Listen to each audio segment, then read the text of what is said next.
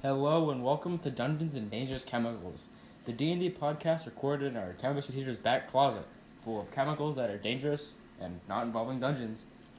I am Colton, here with my co-host Nate. Hello. Who is newer to D&D. I've been playing for 5 years, DMing for 3. How long have you been playing Dungeons and Dragons?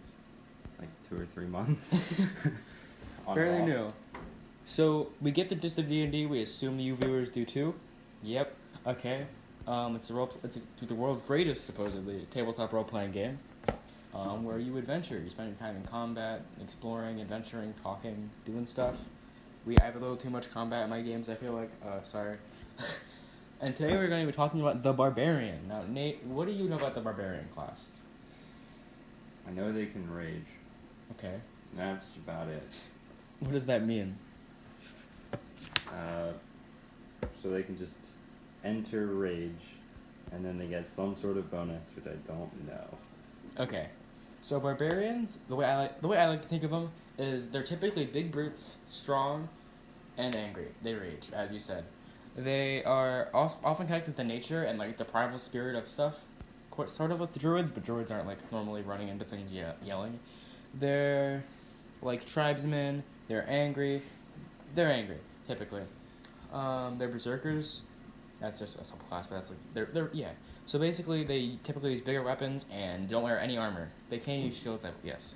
Okay. So, yeah, they have the primal instincts that order them around. Like they don't need think what's over there. They just feel it. If that makes sense. They're in tune, and they're a martial class. They don't learn any magic. Intuitive. Yeah. They can get some magic subclasses, but we'll get into that. And yeah, it's not really. Yeah, there can be barbarians, people that are like, and like wild things. That doesn't mean they're a barbarian. Like, there could be a monster, like, creature in a village that's, like, super angry, and it's like, it's, like, uncivilized. That doesn't mean they're the barbarian class. Barbarian class involves the way they fight and how they act in Dungeons & Dragons. Okay? Yep. Okay. So, at level 1, barbarians get the plus 2 proficiency bonus. Cool. And what features do they get, Nate? They get rage and unarmored defense. Yep. They can rage 2 times. Yep. With plus 2 damage. So, barbarians will be using typically great axes, swords maybe. Mostly great axes, mostly axes. They're big, they're angry, that's the generic build of them. Their stats should first of all be strength first, strong guys, followed by constitution. Constitution is your like physical might, your ability to withstand things, your sturdiness, your health. That's what they are. So, yeah. Those are their features. We'll get to what those are in a second. Barbarians are unique in having the most hit die, the most HP of any class, a D12 hit die. Beefy. Level 1, they can get 12 plus their con modifier. That's a lot. They can wear light and medium armor, but that's not that helpful. You'll see why once we get to their features, the unarmored defense, and they can use shields. Simple and martial weapons, and no tools. They're not very good with that. Read about these. What saving throws do they get, Nate? Their saving throws are strength and constitution, which makes sense. Pretty tough guys. You know skills. Yes. And then their skills, you get 2 from animal handling, athletics, intimidation, nature, perception, and survival. So these guys won't be in the lab brewing up potions or like shooting beams. They're in the fields causing pain. That's what they do. Yeah, they use big martial melee weapons, great axes. They can use 2 hand axes. They're angry. So let's read about the rage ability. This is the bread and butter of being a barbarian. So in battle, you fight with your primal grr, your ferocity. You are angry. Inner being. Yes, sorry. You're there to fight. On your turn, as a bonus action, you can enter your rage. While raging, you gain the following benefits if you're not wearing heavy armor, which barbarians don't get. You can get that through feats or any other you can get access to heavy armor, but if you're wearing it, you can't be angry, apparently. It's hard to be angry when you can't move your arms very well. So while you are raging, you get these abilities, these features. You have advantage on strength checks and strength saving throws. So what does that mean then to you? So when you want to try and do basically anything with strength, you can roll 2 dice instead of just the one and pick whichever one you want. Yeah, it's just your muscles going. Right. And when you make a melee weapon attack using strength, you gain a bonus to the damage roll that increases as you gain levels as a barbarian, as shown in the rage damage column of the barbarian table. Yep. So what that means basically is anytime you deal damage, if I'm correct, is that you add extra damage because you're raging. This damage is +2 up until a level of 9, which turns to 3, and then it goes to 4 at level 16 and up. It's pretty alright. Now you also get a certain amount of rages, which from level 1 to level 2, you have 2 rages, which is alright per long rest, I believe. And 3 to 5 is 3. And then 6 to 11 is 4. And then 12 to 16 is 5. And 17 to 19 is 6. So that must mean 20 is 7, right? Nope. How much is 20, Nate? At 20th level, you have unlimited rage. Unlimited You want to be angry, you be angry. Heck yeah, Nate. So why wouldn't you just be raging all the time? Because there are some things that aren't great about raging. We'll get to that. Well, but there are some things that are great, such as while you are raging, you have resistance to bludgeoning, piercing, and slashing damage. So any monster that is hitting you with a stab attack, a slash attack, a push, a hit, a weapon, too bad, you're taking half damage. That is what resistance is in D&D. That seems pretty good. It is pretty good. And one of the downsides is that if you are able to cast spells, you can't cast them or concentrate on them while raging. I think there is a subclass, the Wild Magic Barbarian, that we'll get to eventually, that I think gets out of this, but that's just one situation. While you're raging, it lasts for 1 minute. So, is it just how many rounds in combat? It's 10? Yes. Right? Because it's 6 seconds per. Yep. And it ends basic maths, guys. Learn it. It's good for D&D. It's good for life. Just do it. Mr. Math teacher over here. Okay. It ends early if you are knocked unconscious or if your turn ends and haven't attacked a hostile creature since your last turn or taken damage. So, to stay angry, you have to attack, be attacked, or be conscious. Yes. And be conscious. Or be conscious. Because if you're unconscious, you're not angry. So if you get angry and everyone just backs away from the big guy really fast and you can't get to him, you get time, you have to relax. Because barbarians, I want to point this out, rage isn't exactly just angry. Barbarians can be angry. They're often angry just on their own. But a rage is more than that. It's primal. It's inside of their being. It's fierce. It's animalistic, and it's powerful. It's it physically makes them stronger. And you can only rage the amount of times you have until a long rest, unless you're level 20, and then you just have infinite. All right. So that is the basics of rage. That can get altered by subclasses or other abilities you have, but that's the basics of it, the bread and butter of the class. So how does AC work in D&D, Nate? Do you know? So AC is what the attack roll has to, and this varies per DM, either has to meet the same level. So if you have an AC of 16 and you roll a 16 on your D20 when you try to hit somebody, it's up to DM if they want that to work or not. But you have to beat that number in order to land a hit. Mm-hmm. That is correct. So, how is it calculated? Do you know? Not really, okay. But I know it has something to do with what armor you're wearing and sometimes it's race bonus. Yes. So there are bonuses to abilities and races, but the base AC without any armor or shield is your character's AC equals 10 plus his or her dex modifier. Dex. So okay. Characters if you're completely naked besides clothes and there's no things to protect you, characters like monks, characters like rogues, characters like rangers, things that use dexterity. Those classes are really good at this. You know who doesn't use dexterity that much? Is it barbarians? Yes. So and they often aren't going to wear armor because of this ability. And even if they do, medium armor can only give you up to what? I can check here actually. It can only give them up to. Probably not that high. Medium armor. My guess is 16. Sorry. Probably wrong. Half plate, the strongest, can only give them 15 plus their dex, max of 2, and they get disadvantage on stealth. That's not good. As a martial class is up in there, you want to not be getting hurt that much. Yeah, you're taking half damage, but it's not the same. Barbarians want to get out their enemy before they get hit, which is the goal of most martial classes, but a lot of them can do better at evading. These guys cannot. So, to constitute this, while you're not wearing any armor, Your AC equals 10 plus your dexterity modifier plus your constitution modifier, and you can use a shield. So level 1, if you stack in the dex and con for some reason, maybe you're like an agile type guy for some, you can be. You can have 22 AC, plus 5 dex, plus 5 con, plus 2 shield. Level 1, you said? Yep. That is 22. level. Theoretically. Plus rage, which means half damage. So if you do get hit above 22, and this you is take not. half. This ability is completely separate from the monk ability, which is a completely different class. That. Alright. 1 second. I have to find that. You do this that way. I don't know my alphabet very well.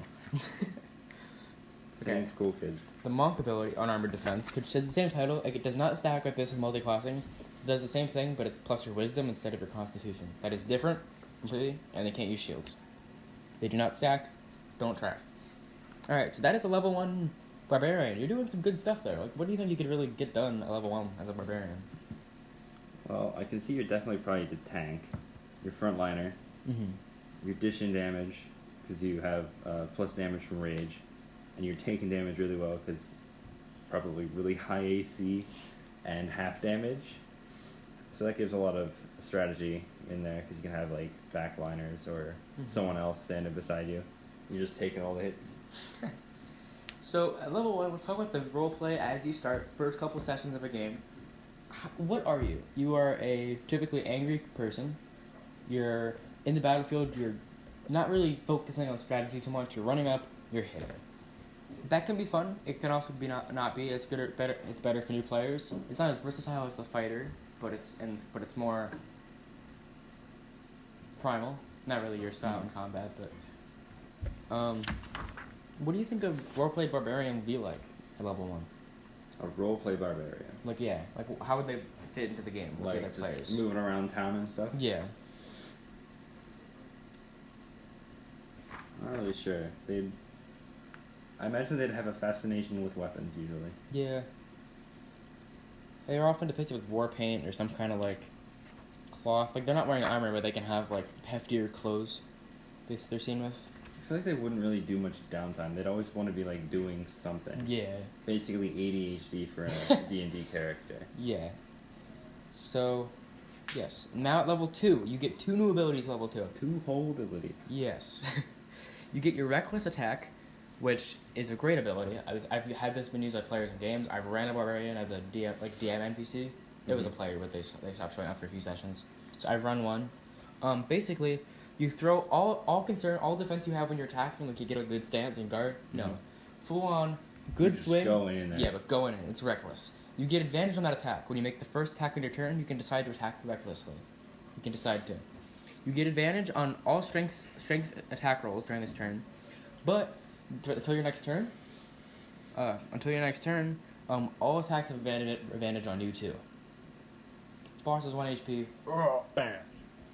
It's a pretty good. Yeah, it's a good finisher. Yeah. Or if you think you can handle it. I can just take this guy and he probably won't be able to do much damage to me. I'll just hit him really, really hard. This is the feature I see either never being used by a player, very rarely, or being used all the time, like very often. Yeah. There's something between there, but I feel like the best is to just get a good strategy with it. But it's often I use it a lot whenever I play barbarians. All right, and at level 2, you also get the ability Danger Sense. So, danger sense is you gain an uncanny sense of when things nearby aren't as they should be, giving you an edge when you dodge away from danger. You have advantage on dex saving throws against effects that you can see, such as traps and spells. To gain this effect, you can't be blinded, deafened, or incapacitated. No disabilities here. Sorry if I talk a little fast sometimes also.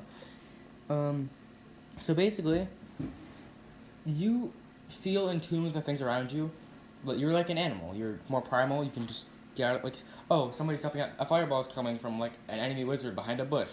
I'm out of the way. Have advantage on that saving throw. Someone threw a dart at me. Out of the way. You just have, like, a sixth sense. You know when danger is about to happen. Just as long as you can see, can hear, and aren't, like, on the ground. Dead. Like, you know what I mean? Restrained or anything. Well, you could be on the... I guess incapacitated isn't prone. So you could be, like, laying down, like just relaxing, and a fireball's coming at you, and you just out of the way. Right. Yeah. But if you're tied up, there's no chance. You can't really move that much. Yeah. So next up is the Primal Paths.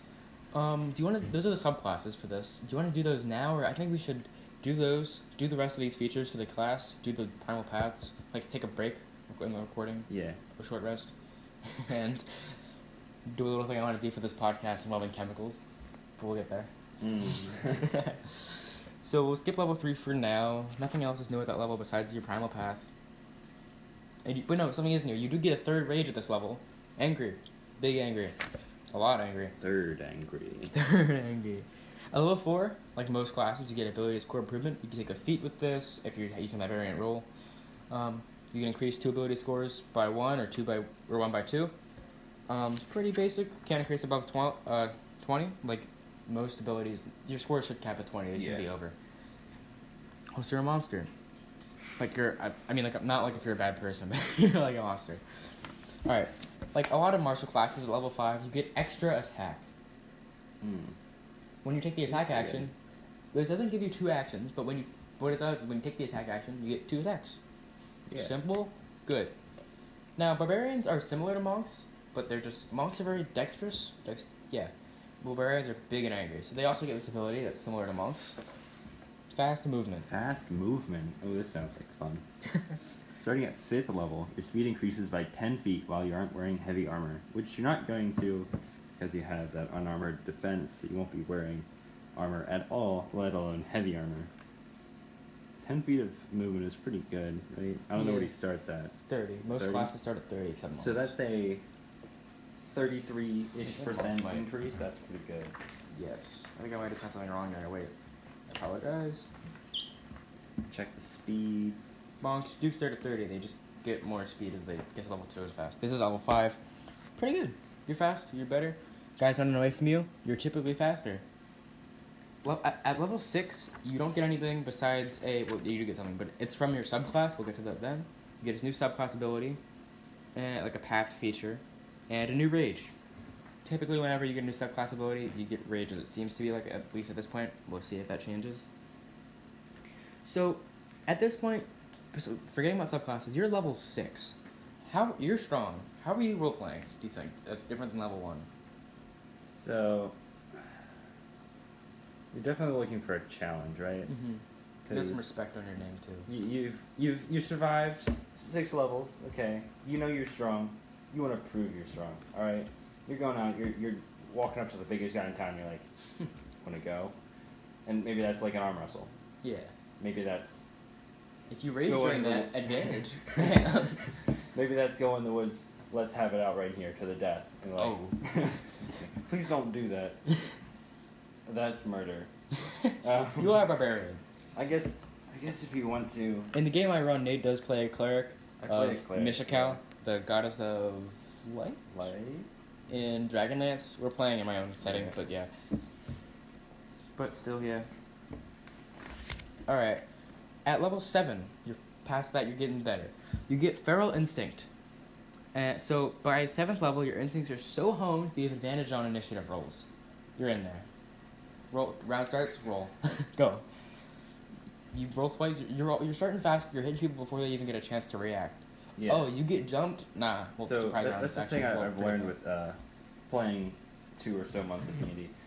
Initiative is really important, because if you go last,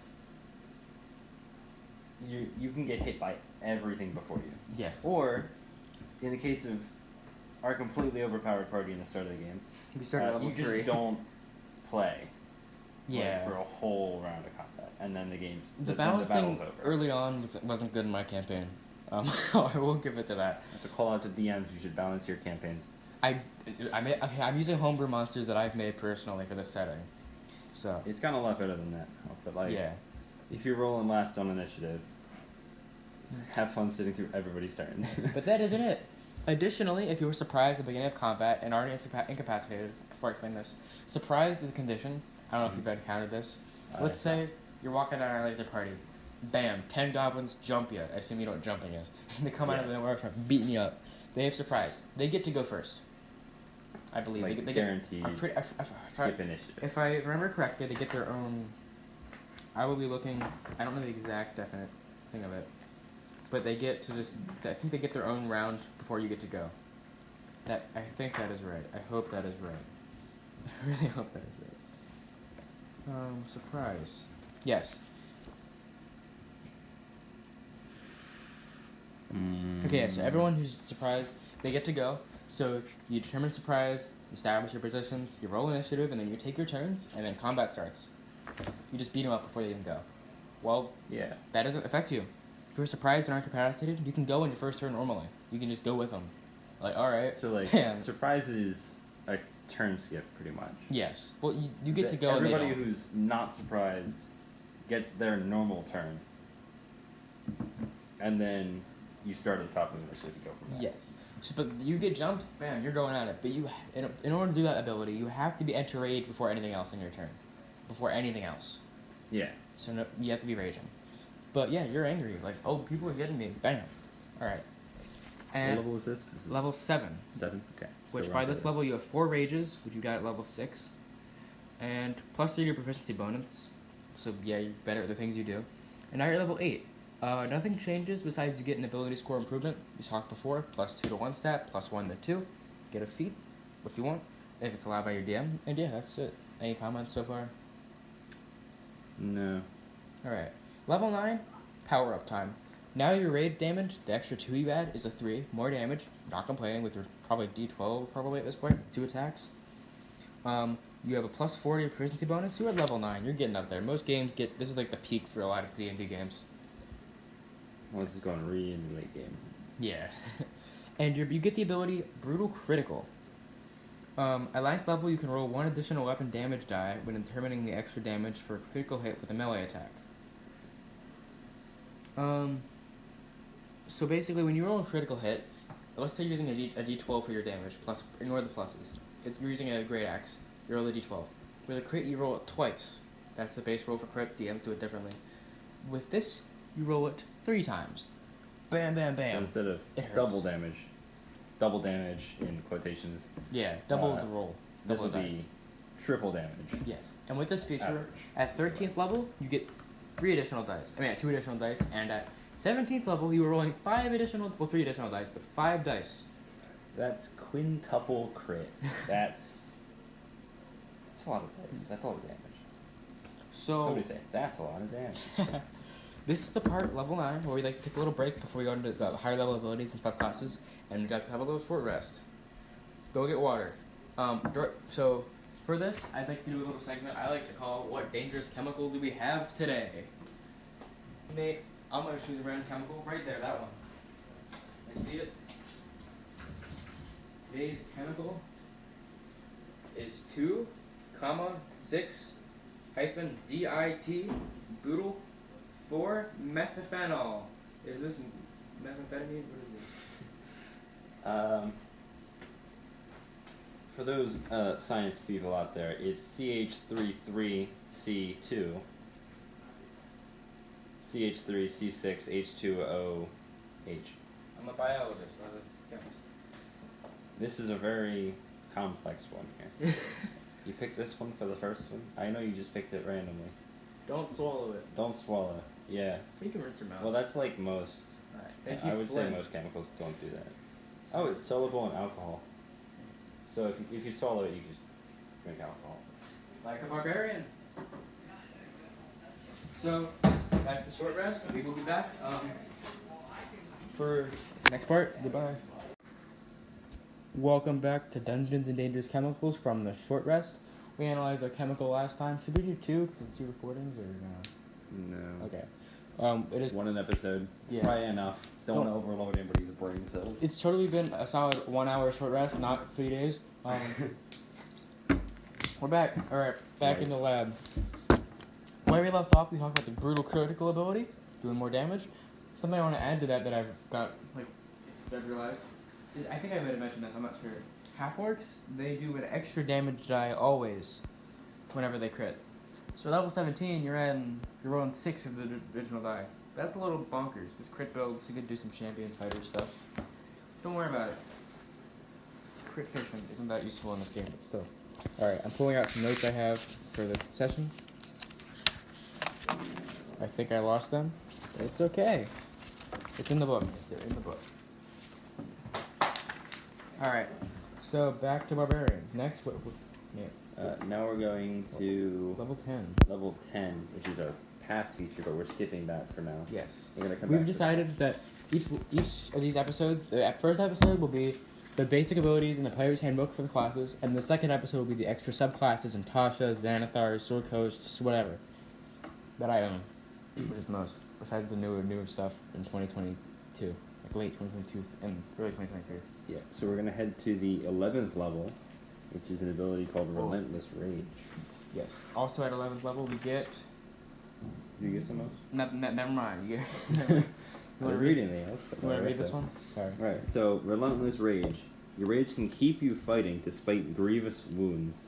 If you drop to 0 hit points, so you would normally fall on the ground because you're unconscious or whatever, while you're raging, and don't die outright, so nothing hits you that says, this guy's dead now. I don't use this in my campaigns, but there is a rule, I think, if you take half of your max HP, like, you don't count negatives, but if the hit that knocks you below 0 does half your max, you die.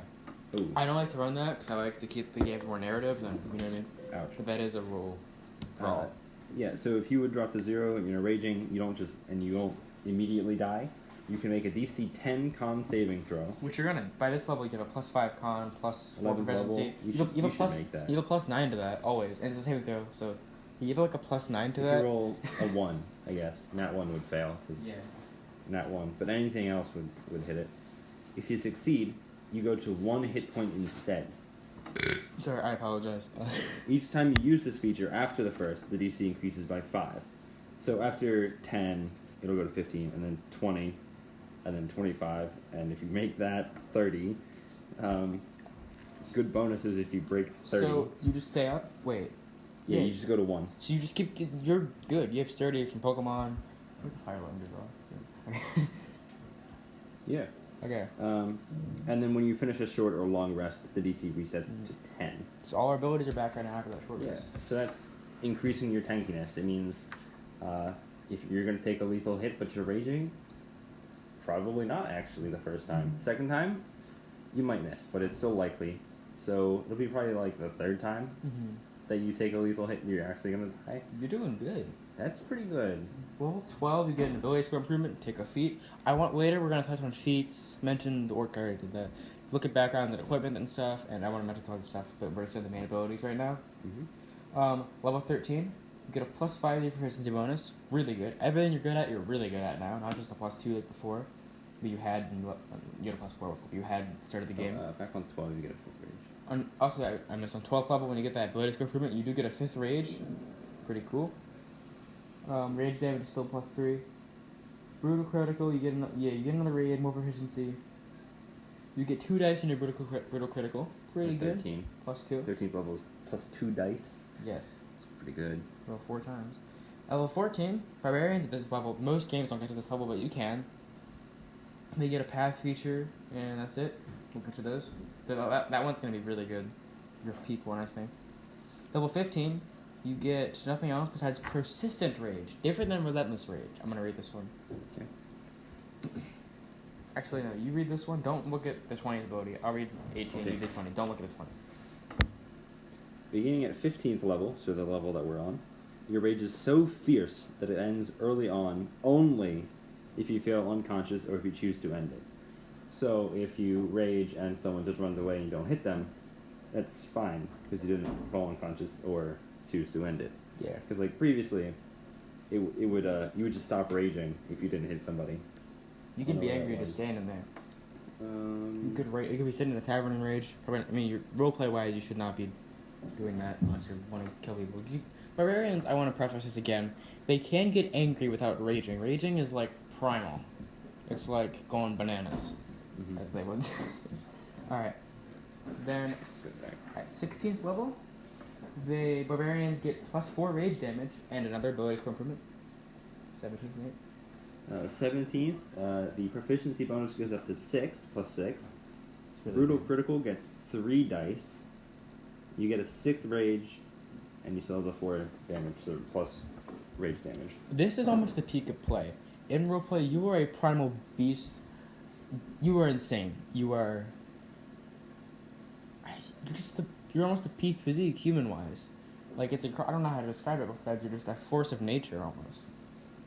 Then at level 18, you get Indomitable Might, which I will read this one. Beginning at 18th level, if your total for a strength check is less than your strength score, you can use the score in place of that total. Okay, you have a 20 in strength at this level. You should. So you just crit. You can't. No. No? It's a dirty 20. It's not natural. Okay. But any strength check is at least a 20. At least. It's pretty good. And you're adding plus 11. Good proficiency. Yeah. And yeah, you're adding plus 11. Ooga. Alright, if it's a base strength check, it's plus 5. It's a saving throw, it's your proficiency with 11. If it's skill. Yeah. Level 19, you are. Nothing changes because you get another ability score improvement. A lot of feat options, a lot of ability score improvements. Really nice. Get your stuff up. Level 20. Mate, tell me about the rages. You know you had 6 before? Okay, so 20th level, you have unlimited rages. So if you want to be raging, you just do. And no one can stop you, not even your limit. Now read the 20th level ability and don't scream. I mean, it's bananas. It's the best. It's one of the best capstones. Sorry. At 20th level, the feature you get is Primal Champion, which sounds really cool. I gotta flip a page to read it. So I'm gonna do that. It's one of the best. Starting at 20th level, you embody the power of the wilds. Your strength and constitution scores increase by 4. Your maximum for those scores is now 24. Plus 7. Base.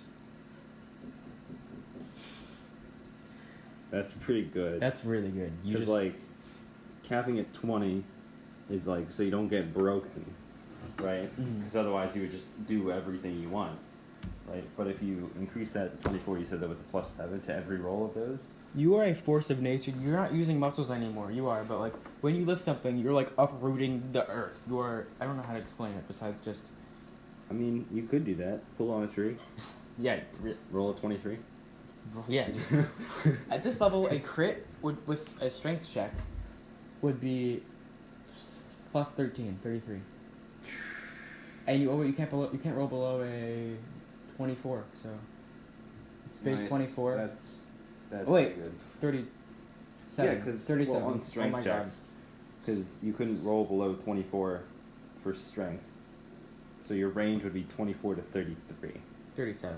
37. Sorry, my bad. No, I wasn't care. It's fine. Wrong numbers. This level, you are a god among men, not the divine, but physically. But yeah, that's the barbarian base. That's the base barbarian. Yeah, primal instincts, life of danger. You're angry. Now let's get to the base 3 subclasses featured in Player's Handbook. First up is the path. These are different paths you take on your spiritual journey. Nature, spirit, whatever. The path of the Berserker. For some barbarians, rage is a means to an end. That ending being violence. The path of the Berserker is a path of untrembled fury, slick with blood. As you enter the Berserker's rage, you throw in the chaos of battle, heedless of your own health or well-being. So you know that reckless attack where you hit easier, but then you get hit more easier? This is a class for that. You are angry, you don't care what the consequences, you're hitting hard. Alright, so Frenzy? Yes. Frenzy. Starting when you choose this path at 3rd level. So 3rd level you get to pick which path you want. And you immediately get this ability. You can go into a frenzy when you rage. So there's normal, then there's raging, and then there's frenzied raging. And that's where we are now. If you do so, for the duration of your rage, you can make a single melee weapon attack as a bonus action on each of your turns after this one. When your rage ends, you suffer 1 level of exhaustion. So this subclass is alright. Yeah. The exhaustion isn't great. I don't know the exact here. There's 6 levels of exhaustion you get. You can say stack up. I will say that this class is buffed a lot because exhaustion has changed in the new 1 D&D playtests at least. It's gotten a lot simpler and it comes back easier and it's not as bad. They might change the class though, but I don't know. Exhaustion. It's an E, so you gotta go a little bit left. The adventuring. I apologize for this. I should have had this ready. Freaking F. Wait, It's not alphabetical? I don't think so. It was at one point. I don't know. So it's in that combat. I don't know. Okay, basically, I know at the first level you get some disadvantages to some things. It's not helpful. I apologize. I really apologize for this. Here it is, I think. Around here. Nope. I do not know. Exhaustion. You get worse, you get slower, you have disadvantage on things, and eventually your speed is halved, your speed goes to 0, you die. That's exhaustion for you. It's hard to come back. I'm not going to go too deep into it because I can't find it.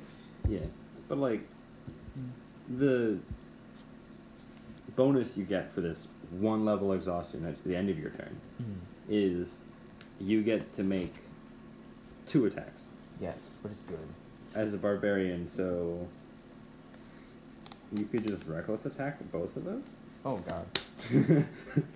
You're gonna get hit, but like, you're hit. already gonna get hit. Yeah. You can't have double advantage, right? No. So you just attack with advantage on both. Because may as well, right? Yeah, let's go. Alright, Mindless Rage is the next one at 6th level. You can't be charmed or frightened while raging. If you are charmed or frightened when you enter your rage, the effect is suspended for the duration of the rage.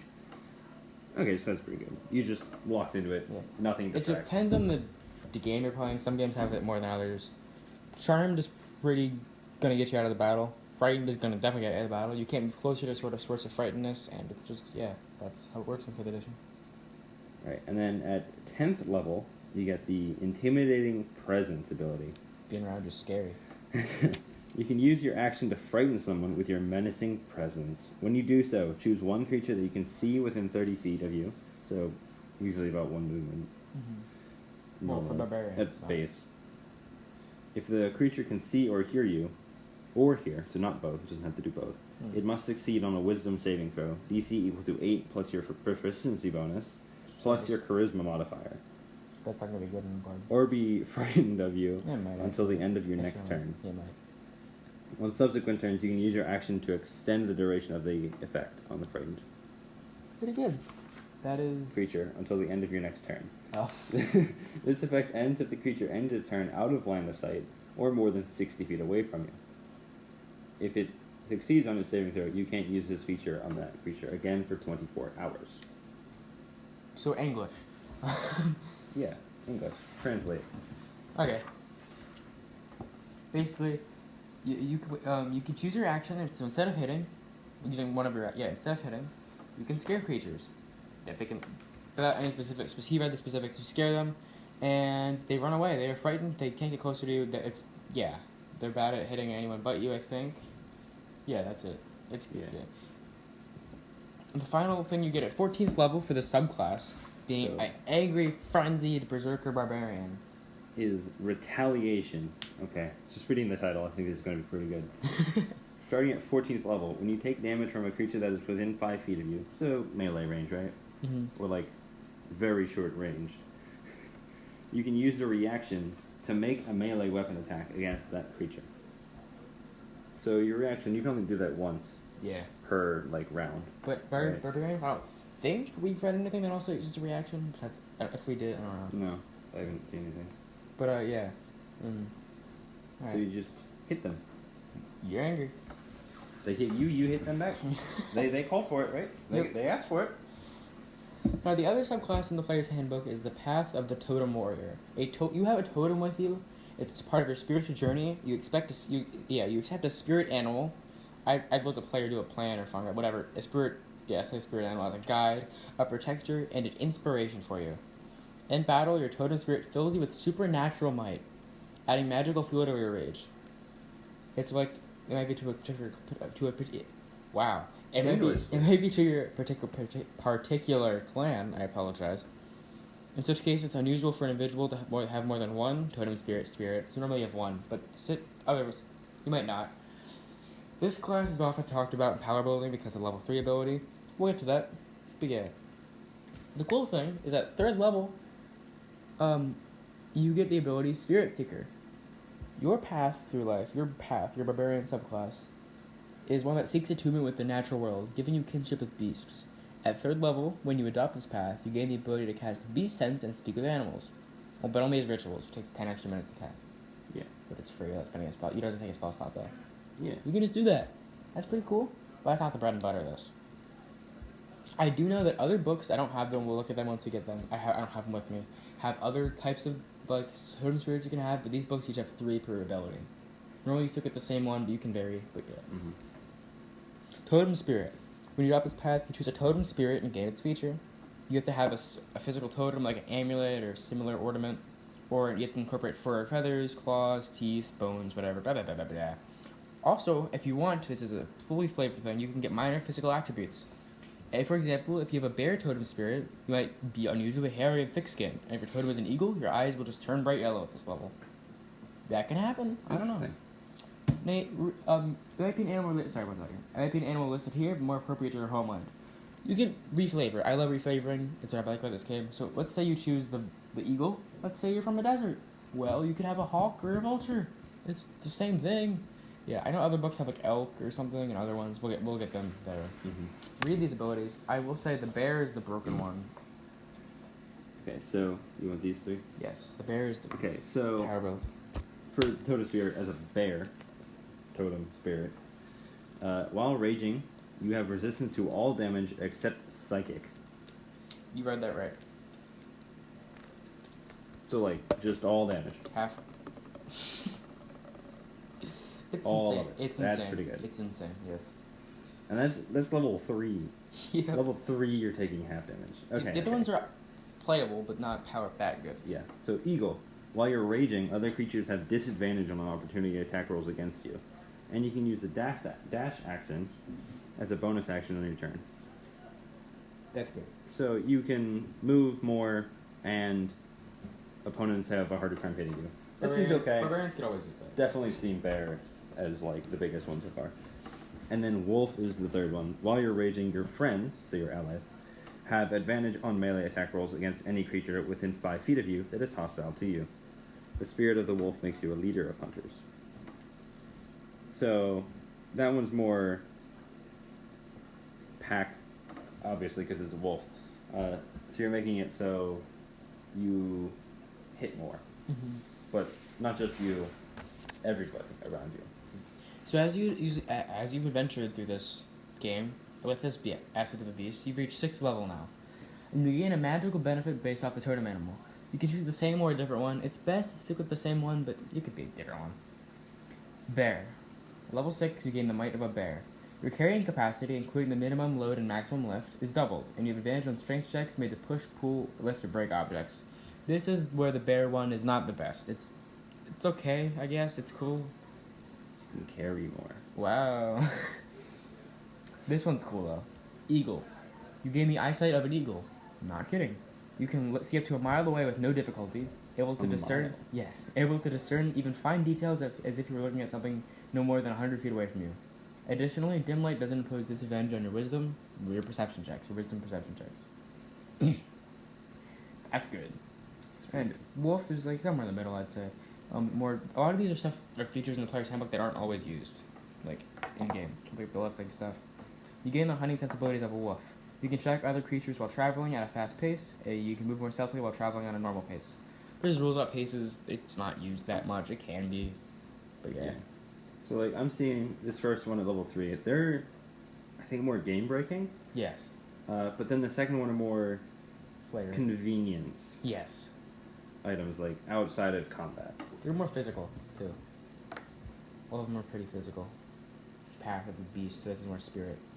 At 10th level, you get Spirit Walker. At 10th level, you can cast Commune with Nature spell, but only as a ritual. I don't know what that does. The other ones we looked at were pretty self-explanatory, like speak of animals and beast sense beast and speak of animals. Wow. Commune with Nature. I want to look at what that does and read it. I don't know. So many conjure spells. Here it is. At 5th level, oh, it's a 5th level spell. It's your level 10. It's a ritual. 1 minute, I guess, plus 10. Oh, I don't know. You briefly become one with nature and gain knowledge of the surrounding territory. In the outdoors, the spell gives you the knowledge of land within 3 miles of you. So that's an extra 2 miles if you're the eagle one. Mm-hmm. In caves and other underground settings, it is limited to 300 feet. It doesn't function where nature is a place like constructions, such as dungeons and towns. You gain knowledge up to 3 facts of your choice about any of the following subjects as they relate to the area. You gain knowledge of terrain and bodies of water, prevalent plants, minerals, animals, and people, power of celestials, fae, fiends, elementals, and undead, influence from other planes of existence, and buildings. Pretty good to get 3 of those. That's good. It takes 11 minutes to do this. For example, you could determine the location of power-upful undead in the area, BBEG, Big Boss Lich Guy, the local major source of safe drinking water, or the location of any nearby towns. That's cool. So you just know what's around you. But you're talking. If Because you when want. you do this thing as a barbarian, cast a spell, if a spiritual version of one of your animals appears that you chose from like the last 2 levels, either one, appears to convey the information you seek. So you're talking to the thing. You can speak with animals. You can do that. It takes a while. That's cool. And at 14th level, barbarians get... Totemic Attunement. Ooh. Probably said that, but don't care. At 14th level, you gain a magical benefit based on a totem animal of your choice. You can choose the same animal you selected previously, or a different one. Probably pick the same one again. Bear. While you're raging, any creature within 5 feet of you that's hostile to you has a disadvantage on attack rolls against targets other than you or another character with this feature. Hit me. An enemy is immune to this effect if it can't see you or hear you, or if it can be frightened. So, Pretty good. they are incentivized to hit you because they don't have disadvantage. Yeah. But at the same time, you're taking half damage. Yeah. So it's like, they could hit your opponents, your teammates, but like, they might not hit at all, or they probably hit you, still half. And then Eagle. Interesting. While raging, you have a flying speed equal to your current walking speed. Wings! This benefit works only in short bursts. You fall if you end your turn in the air, and nothing else is holding you aloft. So You're you correct. have to land. You can't be just like, Yes. I'm going to move 30 feet in the air, and the next turn I'll do it again. I Nope. think, I think that's how all fly speeds work, unless it's a hover or something, but I'm not sure. At least in 4th edition, I do not know in 5th. Yeah. Wolf. While you're raging, you can use a bonus action on your turn to knock a large or smaller creature prone when you hit it with a melee weapon attack. That's good, that's really good. I mean, monks get that at 5th level, so... Yeah. So I'm More or still less. seeing bear as like the broken one here. Yeah. Eagle's cool. You get to fly a little bit. Wolf knocks someone down so they have a harder time. You hit them with fighting. advantage, too. Yeah, you hit them with advantage on your next turn. Everyone else does that, too. Yeah, I guess. That's not gonna... But yeah, that's... Bear is kind of what you want. Yeah, we'll look at the other ones in the next episode. I want to get this done, because there's some things I want to look at. But, Barbarian building. I want to look at some feats and what backgrounds are best, or, like, most interesting. So backgrounds, let's just go through all the backgrounds and players can look and see how they work, or if you think they've worked. Acolyte. You spent your life in a church. Temple, that kind of Barbarian? thing. Yeah, insight, religion, you get no. Probably not. Probably Let's not do that one. Charlatan. You're a trickster with your words. You had a way with people. You know what makes them tick. You're deceptive. You're steely. You're false identity. I think barbarians are a little bit more simple-minded than that. Yeah. They know what they want. They don't need to trick someone into it. Criminal. You're an experienced criminal with a history of breaking the law. Yeah. You could do that, depending on like how you style your character. It's doable. Be a thug. Oh. Entertainer. You entertain, find an audience. You're acrobatic. You're performancy. You're Yeah, no disguising. thanks. I mean, all of these options are playable and totally usable. Just not recommended always. But for a specific character build, of course, yeah. Folk hero. You come from a humble social rank. You are destined to be so much more. You're a hero from where you're from. You can handle animals. You can survive. You can use land vehicles. You're good at something, like a tool. Yeah. That could work. Yeah. That one could be flavored, yeah. Guild artisan. You're part of an artisan's guild. You're good at something specific, such as armoring, brewing, carpentering, cooking, glass blowing, drawing, painting, shipping, smithing, weaving, wood carving, wagon making, tinkering, or literally a bunch of other things that I didn't read. Maybe. Yeah. Maybe. Good at some stuff. Specific stuff. Hermit, you lived alone. Good at medicine, good at religion, good at healing with herbs. Possibly, probably not, though. Yeah. Noble. You're noble. History, no. No. You totally playable, but still, yeah. Outlander, grew up in the woods, far from civilization. Oh, yeah, absolutely. Yeah, athletic, survival, hunting stuff. Yeah, yes. Lived in nature. Yes. Turned into barbarian for nature. Sage, you spent years learning the lore of the multiverse. You're like it's like a wizard, but it's like the Outlander, but not as physical and more mental. That's a wizard thing. Maybe not. Sailor, travel on a ship. Athletics, perception, navigator's tools. Totally playable. Would this be Viking? Ooh, Could be a Viking. that'd be if cool. you're a sailor. Yes, I didn't even think about that. Soldier, you are a soldier and more. Athletics, intimidation, gaming sets, vehicles, and land. You're good at all that. You got a military rank. Could be used. That could work, yeah. Urchin, you grew up on the streets alone. Orphan and poor. It's a roguey thing. Sneaking, disguising. No, not maybe. Maybe. Like a thug, like you said. Depends if that's like the deep backstory. At level 1, if you're using the base starting wealth, barbarians get 2d4 plus times 10 gold. That's anywhere from 20 gold to 80 gold pieces. That's all right. All the classes get times 10 except all. Sorry, Mom. They don't really care about their Material stuff. Yeah. Yes. Barbarians, if I remember correctly, so it's been a few days. They can use. They don't wear much. They don't get stuff. They can if they wear armor they get more AC. But if they do wear armor, they can wear up to medium. So it is like the best would probably be either breastplate, which is 14 plus a dex modifier, limited of 2, so 16 probably, or half plate for 17, 15 plus dex max 2, but you get disadvantage on stealth. But they don't care.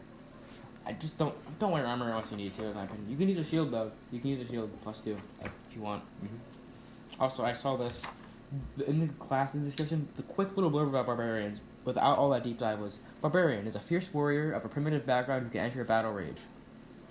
Yep. Yep. That's what he does. That's what he does. Alright. You're right. I don't know why I just said what you said. Okay. That's the equipment. You might want some cool stuff. I don't know. You play an instrument. A little fun. Your character is more than just, you can have little things you do. I play cards. I play the flute because I want to. You can have like a viola that's like on your back. And then I want to, yes. Sorry. After the battle, you just like, good job, guys. Play a little tune for you. I want to fly through this. Alright. Feats I recommend. Durable gets you, I don't know what more con, more hit die rolling stuff. That's good. It adds to something you already have as a character. It's great. Great Weapon Master adds when you roll 1 or 2 with your great axe or any other big weapon, reroll. I think that's pretty good. I just need to run through these. Sorry. Better rolls. Alert. More initiative. Hard to surprise. I think you already have that though. You don't gain advantage as being unseen. Pretty good. Crusher. You hit something, you push it away. Good. Tough. More HP. Good. Polar Master. Hit from far away. Good. Mobile. Move faster. Good. That was a quick rundown. Very, very quick. Just any feats you want to look out for, those are some I'd recommend. And also, one more thing, I'd like to recommend. Multi-classing. Multi-classing, I'll go through the classes and say if I recommend them or not. Most spellcasters, I'd say no. Artificer, maybe, but no. Bard, no, probably. I mean, of course you can, right? There's probably the power builds or whatever. Cleric, I could see. Druid, yeah, that would fit pretty fine, I'd say. Fighter, totally. Monks are not good with multi-classing with pretty much any class. They're the worst to multi-class with because they're key points, but you could. Paladin, there's just stuff doesn't stack up though. Paladin, totally, you could see that. Ranger, yeah, I could see that. Definitely woodsy, fizzle. Rogue, I wouldn't do that. Sorcerer, yeah, I guess. Warlock, sure. Wizard, no. Just no. That's just my opinion. We don't have much more time, sorry. But yeah. We have a minute or two to talk about barbarians. I apologize for running through that so fast. Yeah, so when you're thinking of barbarian, you probably get what you're thinking of, right? You're thinking of a frontliner, someone who's going to be in there hitting, and as we've read, they do that pretty good. Yeah, they do good. They hit good and they take hits good, and yes. You know what? If that's what they're for, hey, A+. Okay. They're a good class. They're good. Well, by the time we're done with the series, we'll just look back at all the classes and see what we think overall. But for the first one we're analyzing, really good. I would like to give a shout out to our I'm kidding, we don't have patience. But we do have people who have supported the podcast passively, the interest in it. I'd like to thank most of all Mr. Miller, the chemistry teacher, letting us record this in his chemical closet. I'd like to thank Nate for being a co-host along with me as his co-host. Yeah. I'm giving the name for this podcast under the Dangerous Chemicals. I'd like to thank Anchor for letting us record the podcast. I'd like to thank our friends Ryan, Landon, and my friend Ian for liking the name of the podcast enough to make him laugh. Yeah. And thanks to Colton for running this whole show. Yay! Because we wouldn't be here without him. You wouldn't be alive without me. And I wouldn't know anything about Barbarian. But yeah, thank you for checking out the Dungeons and Dangerous Chemicals podcast. Sorry if the quality isn't the best. We'll get there. We're in a chemical closet. What do you want? Obviously. So the air vent's there. Thank you a lot for checking it out. We appreciate you. We love you. We love you. Have fun raging at your table. Cue credits. Yeah. Goodbye.